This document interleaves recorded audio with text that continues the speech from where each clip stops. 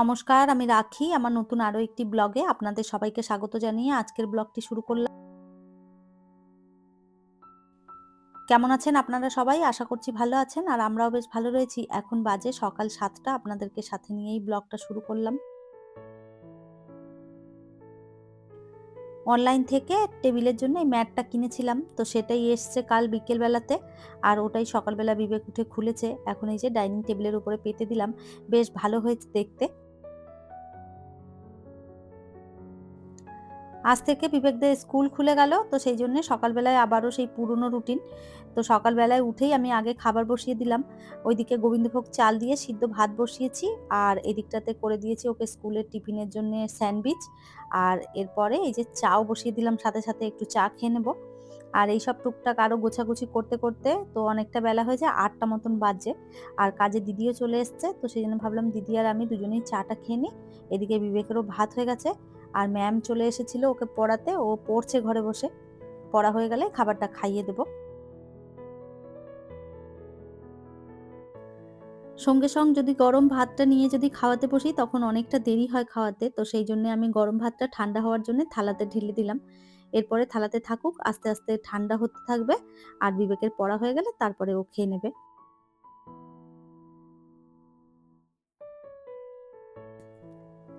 আর এই তো ম্যাম এসেছিল, বিবেকের পড়াও হয়ে গেছে। এরপরে ও আর কি খাবারটা খেয়ে নেবে, ততক্ষণে আমি এইদিকে ড্রেসটা একটুখানি আয়রন করে দিই।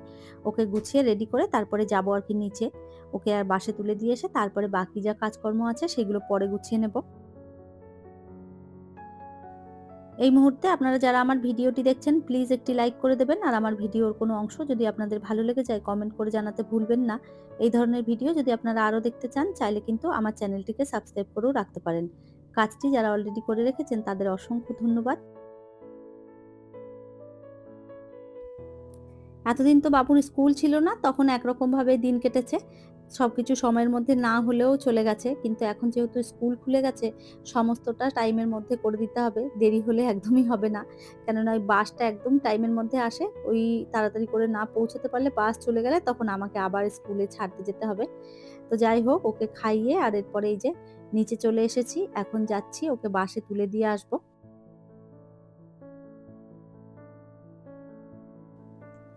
কাল রাতের বেলায় আমাদের এইদিকে হালকা বৃষ্টি হয়েছে। ওইজন্য একটু আধটু করে রাস্তাঘাটগুলো দেখলাম ভেজা, ভেজা রয়েছে। আসলে আমি কিছুই জানি না যে রাতে কখন বৃষ্টি নেমেছিল। সকালবেলায় যখন বিবেককে দিতে আর কি নিচে নামলাম তখনই দেখলাম যে রাস্তাঘাটগুলো ভিজা, ভিজা দেখে বুঝলাম যে রাতে বৃষ্টি হয়েছিল। তো যাই হোক, এই যে বিবেকদের বাসও চলে এসছে। চলুন ওকে তুলে দিয়ে এরপরে বাড়ির দিকে যাওয়া যাক। বিছানাপত্র এলোমেলো হয়ে রয়েছে। এগুলো এরপরে চলুন একে, একে করে গুছিয়ে নিই। তো এই যে বই খাতাগুলো জায়গা মতন রাখবো। বিছানার চাদরটা আজ আর চেঞ্জ করব না। একটুখানি ঝেড়ে পুছে দেবো আরকি চারদিকটা। সুন্দরভাবে গুছিয়ে টান করে রেখে দিলে বিছানা দেখতে বেশ ভালো লাগে। তো আর ১ টা ২ টো দিন যাক, তারপরে এই ঘরের বিছানার চাদরটা চেঞ্জ করব। টুকটাক এখনো অনেক কাজ পড়ে রয়েছে। ফার্নিচারগুলো একটু আধটু মোছামুছি করব। তারপরে এই বেডরুমটা ঝাড়া পোছা করব। ওইদিকে টুকটাক কাজকর্ম যেগুলো আছে সেগুলো গোছাবো। এইসব করতে, করতে আবার দেখা যাবে দুপুরবেলা রান্না করার সময় হয়ে যাবে। আর ওই যে সকালবেলায় আজ আর কিছু খাবার করব না। বিবেককে স্যান্ডউইচ বানিয়ে দিয়েছিলাম। সেটা থেকেই একটু রেখে দিয়েছি নিজের জন্যে। তো ওই একটা স্যান্ডউইচ আমি খেয়ে নেব। আর তারপরে একবারে ডাইরেক্ট দুপুরের জন্য রান্না বসিয়ে দেব। কেননা ওই এখন আবার খাবার করব, তারপরে আবারও যে মানে দুপুরের রান্না করব তাতে অনেকটা দেরি হয়ে যাবে। তো এত ঝামেলা না করে ওইজন্য ভাবলাম যে স্যান্ডউইচটাই আজকে খেয়ে নেব।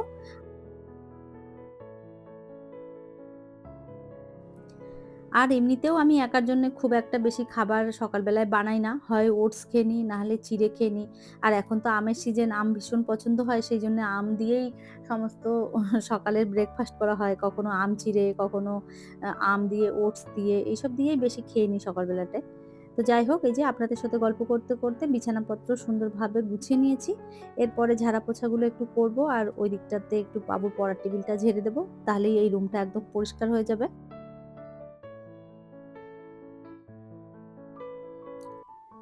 সকাল দিদি এসে ঝাড়ু পোছা করে দিয়ে চলে যায়।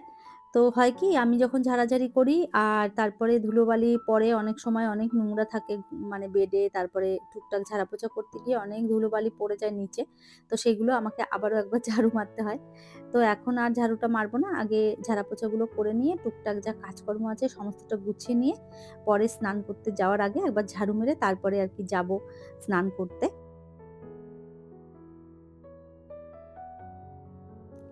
এখন সমস্তটা চলুন একে, একে করে গুছিয়ে নিই। এদিকে বেডরুমটা গুছিয়ে রেখে তারপরে কিচেনে চলে এলাম।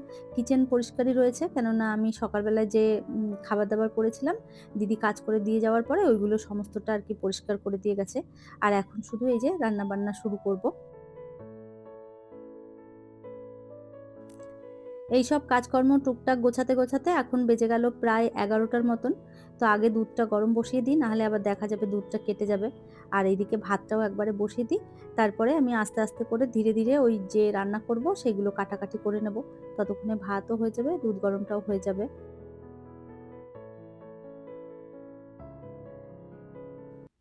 রান্নাবান্না গুছিয়ে দিয়ে তারপরে আমি ভেবেছি আমার বান্ধবীর বাড়িতে আজকে একটু যাব। তো ওইজন্যে সমস্তটা তাড়াতাড়ি করে করছি। দেখি তাড়াতাড়ি করে রান্না হয়ে গেলে একটুখানি গিয়ে ঘুরে আসব। সমৃদ্ধি বোন আমাকে কমেন্ট করেছে, "কেমন আছো? আমি দুদিন ধরে খুব ব্যস্ত ছিলাম তাই তোমার ভিডিও দেখতে পারিনি। আজ দেখলাম সব, খুব ভালো লাগলো। Thank you so much. এভাবেই পাশে থেকো।" তুলি বোন আমাকে কমেন্ট করেছে, "সারাদিন কাজ আর শেষ হয় না দিদিভাই। ঘুমোতে যাওয়ার আগে অবধি কাজ।" একদম ঠিক বলেছ। সকাল থেকে যে ঘুম থেকে উঠে কাজ শুরু হয় আর একদম সেই রাতে ঘুমোতে যাওয়ার আগে পর্যন্ত কাজ থাকে। তো কিছু করার নেই, সংসারের কাজ তো করতেই হবে। যাই হোক, ভালো থেকো।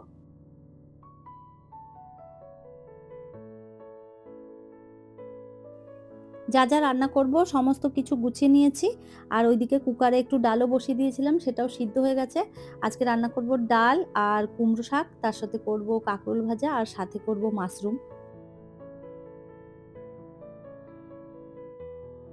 এই কুমড়ো শাকটা আমার বাপের বাড়ি থেকে আমার মা দিয়েছে। এটা আমাদের গাছের আরকি কুমড়ো শাক।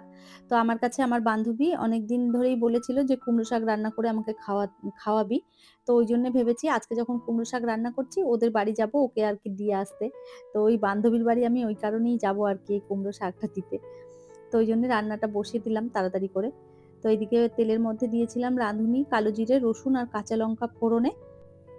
আর ওই তেলেই আলু বেগুনটা ভালো করে ভেজে নিয়ে ওর মধ্যে দিয়ে দিয়েছিলাম চিংড়ি মাছ। চিংড়ি মাছটাও ভালো করে ভেজে নিয়েছি, একটু বেশি করে তেল দিয়েছিলাম। তো চিংড়ি মাছটা ভাজা হয়ে যাওয়ার পর ওই প্রত্যেক দিনের যে বেসিক মসলা, জিরের গুঁড়ো, ধনে গুঁড়ো, নুন, হলুদ, লঙ্কা গুঁড়ো সমস্তটা দিয়ে আর তার সাথে একটু আদা বাটা দিয়েছিলাম। ভালো করে আলু বেগুন কষিয়ে নিয়ে তারপরে শাকটা দিয়ে দিলাম। আর এরপরে যতক্ষণ না সিদ্ধ হচ্ছে ততক্ষণ পর্যন্ত রান্নাটা করে নেব। আলু বেগুন সমস্ত সিদ্ধ হয়ে গেছে, ডাঁটাও সিদ্ধ হয়ে গেছে। নামানোর আগে অল্প একটুখানি চিনি দিয়েছিলাম আর এরপরে এই যে নামিয়ে দিলাম। আর এরপরে এই যে কাঁকরোল ভাজাটা বসিয়ে দিলাম। এদিকে ভাজাটা হতে থাকুক, ততক্ষণে চলুন রান্নাঘরটা গুছিয়ে নিই। আর ওই দিকটাতে একটা কড়াইতে বসিয়ে দিয়েছিলাম মাশরুমটা, সেটাও আরকি হয়ে গেছে। আর এরপরে এই যে মেজেটা ভালো করে ঝাড় দিয়ে পরিষ্কার করে নিয়ে তারপরে কাউন্টার টপটা গুছিয়ে নেব। প্রচুর গরম পড়েছে। গরমের মধ্যে আমার অবস্থা দেখুন, রান্না করতে এসে পুরো আমি ঘেমে-চুমে অস্থির হয়ে গেছি। তো যাই হোক, এরপরে রান্নাঘরটা গুছিয়ে নিয়ে যাবো স্নান করতে। স্নান করে তারপরে আরকি বেরিয়ে পড়বো। আর এখন বাজে প্রায় ওই 12:30 মতন। তো এখন যাবো আর একটু গল্প-টল্প করে তারপরে আসবো। বিবেক যেহেতু স্কুলে গেছে, তো আসতে অনেকটা সময় লাগবে। প্রায় ওই 3:30 মতন বাজবে। তার আগে আরকি বাড়ি চলে আসবো। আর ওই তো রান্না করে সমস্তটা আমি আলাদা করে রেখেছি। আর আমার বান্ধবীকে যেটা দেবো সেটা হচ্ছে ওপরে ওই যে টিফিনে প্যাক করেছি, এইগুলো নিয়ে এরপরে আরকি যাবো। আর এই যে রান্না করতে গিয়ে এত বাসন করে ফেলেছি। আমার এমনিতেই একটু রান্না করতে গেলে না বাসন প্রচুর বের হয়। আর এই এত বাসন মানে কাউকে দিয়ে মাজাবো, নিজেরই একটা কেমন লজ্জা লাগে। তো সেইজন্য ভাবলাম কয়েকটা বাসন একটুখানি ধুয়ে কমিয়ে রাখি। তাহলে কি হবে যে দিদি এসে অল্প কটা বাসন আরকি দিদির হবে, ধুয়ে দিতে অসুবিধে নেই। আমার না এই কাউকে দিয়ে কাজ করাতে আর এই এত কাজ করাতে না আমার নিজেরই ভীষণ খারাপ লাগে।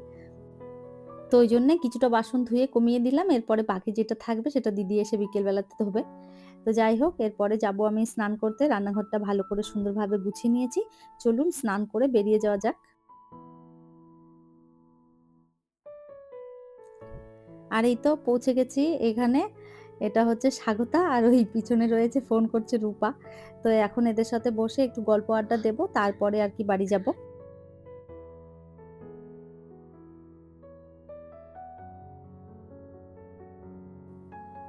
আর এই তো এখন চলে এসেছি বাড়িতে। অনেকটা সময় ওদের বাড়িতে কাটিয়েছি। প্রায় ১-১.৫ ঘন্টা মতন। আর বাবু আসতে এখনো দেরি আছে। তো আমি ভাবলাম খাবারটা আমি খেয়ে নিই। আর আজকে অনেক রান্না হয়েছে। বেশি রান্না করলে না আমি আবার মানে কোনটা দিয়ে কোনটা খাবো আমি বুঝতে পারি না। অনেক বেশি তরি-তরকারি নিয়ে বসলে না আমি মানে খেতে দিশা খুঁজে পাই না। তো ওইজন্য আমার ১ রকম ২ রকম তরকারি দিয়েই আমি শান্তি করে খেতে পারি। অতিরিক্ত তরকারি হয়ে গেলে আমার আবার খেতে অসুবিধে হয়। আমার মতন আপনারা কারা, কারা আছেন আমার দলে কমেন্ট করে অবশ্যই জানাবেন। বেশি তরকারি দিয়ে খেতে কার, কার অসুবিধে হয় বা কার, কার ভালো লাগে অনেক পদ দিয়ে খেতে। কমেন্ট করে অবশ্যই জানাবেন। তাহলে চলুন খেতে থাকি আর আজকের ব্লগটা এখানেই শেষ করে দিচ্ছি। ফিরবো নতুন ব্লগ নিয়ে। ততক্ষণের জন্য সবাই ভালো থাকবেন, সুস্থ থাকবেন। আবারও দেখা হবে নতুন একটি ব্লগে।